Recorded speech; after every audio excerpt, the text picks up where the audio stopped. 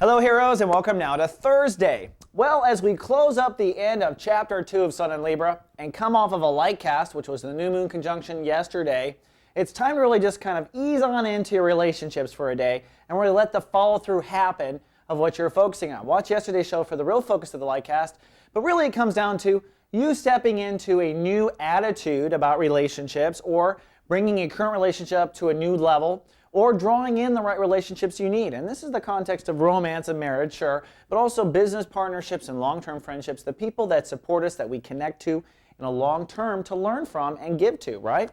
Now, on top of that, there's another hot topic that is of the day, and that is in the next 24 hours, Mercury will go retrograde. That's right. That's the biggest reputation Mercury has, is it's retrograde.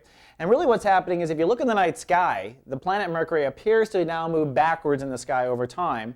It really deals with the orbits of the planets and the appearance of movement. Of course, Mercury doesn't turn the opposite direction around the sun.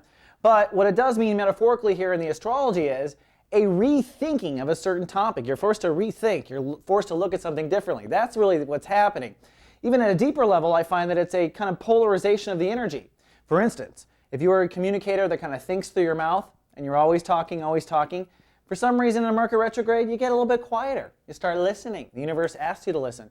And in that listening, you inevitably rethink a certain area of your life because you're seeing it from the inside out, so to speak, in this Mercury retrograde. Now also there's a reputation of cell phones dying, computers going bad, and things like that.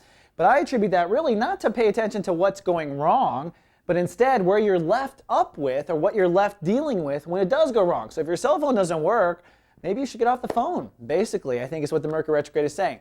So for Aries, in this context, the Mercury retrograde hits you in the area of, boundaries, intimacy, where you draw your lines, and then it'll move into Libra and relationships. So do some deep thinking, let that cell phone not ring, and think about your boundaries for the next 10 days or so. All right, Aries, that's all we have for Thursday. See you tomorrow with the weekend forecast. Live, love, be. So